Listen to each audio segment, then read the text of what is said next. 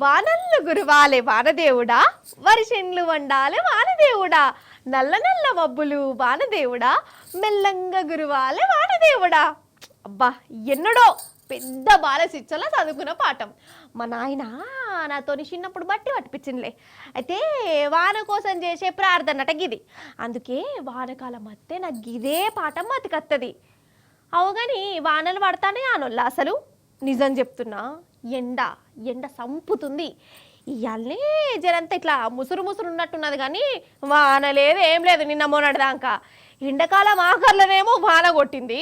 వానకాలం స్టార్ట్ అయినాక వానదేవుడు ఎన్నో జాక్కున్నాడు. అట్లా జాక్కున్న వానదేవుడిని బతలాడి పూజ చేసి మళ్ళా రప్పించే పని పెట్టుకున్నారు జనాలు. ఎట్లనో చూస్తారా చూడరి. ఫస్ట్ మనము ములుగు జిల్లా కొత్తూరు దిక్కు పోదాం. ఇగో తొవ్విటే చూయిస్తుంది కదా, రారి మరి. ఈడ దేవుని గుట్టున్నది. గుట్ట మీద ఏమైతుందంటే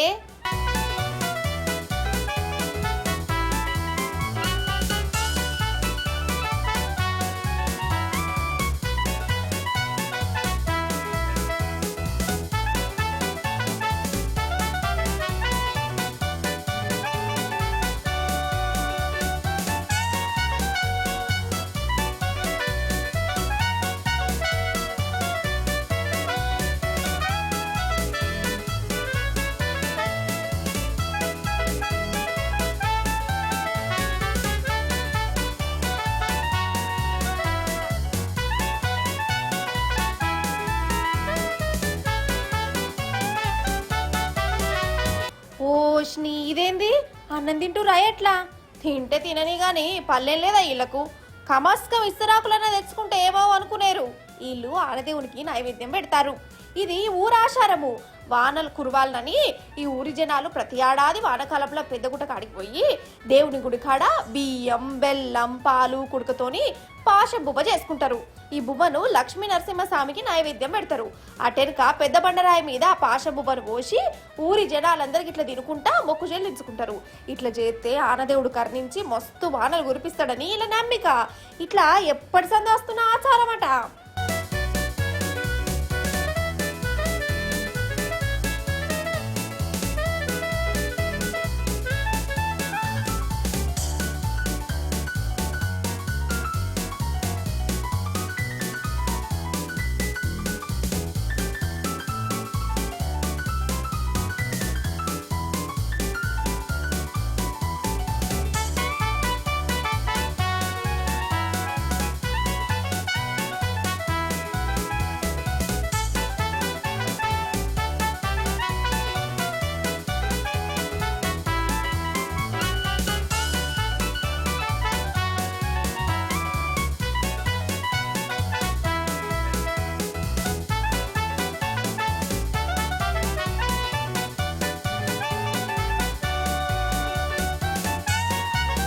కొత్తూరు ఆచారం అట్లుంటే ఇక ఇప్పుడు జోగులాంబ గద్వాల జిల్లా మానవపాడుల చిట్టి పొట్టి పిల్లలు ఆరో కోసం ఏం చేస్తారో చూడుర్రి.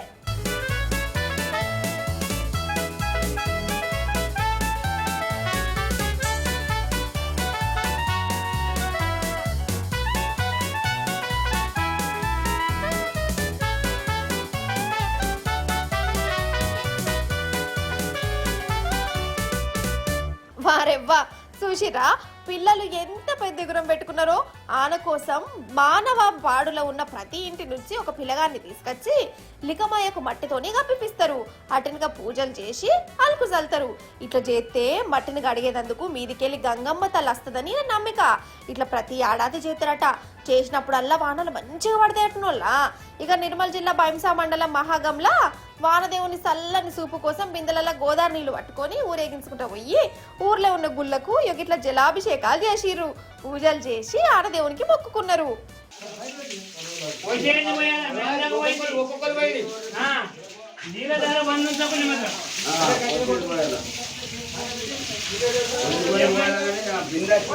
కానీ ఏ మాట కామాటనొల్లా మన తెలంగాణ అంటేనే గ్రామ దేవతలు, పండుగలు, ఆచారాలు. ఆనదేవుని కోసం ప్రతి ఊర్లే ఊరి ఆచారం ప్రకారం ఇలాంటి పూజలు చేస్తూనే ఉంటారు.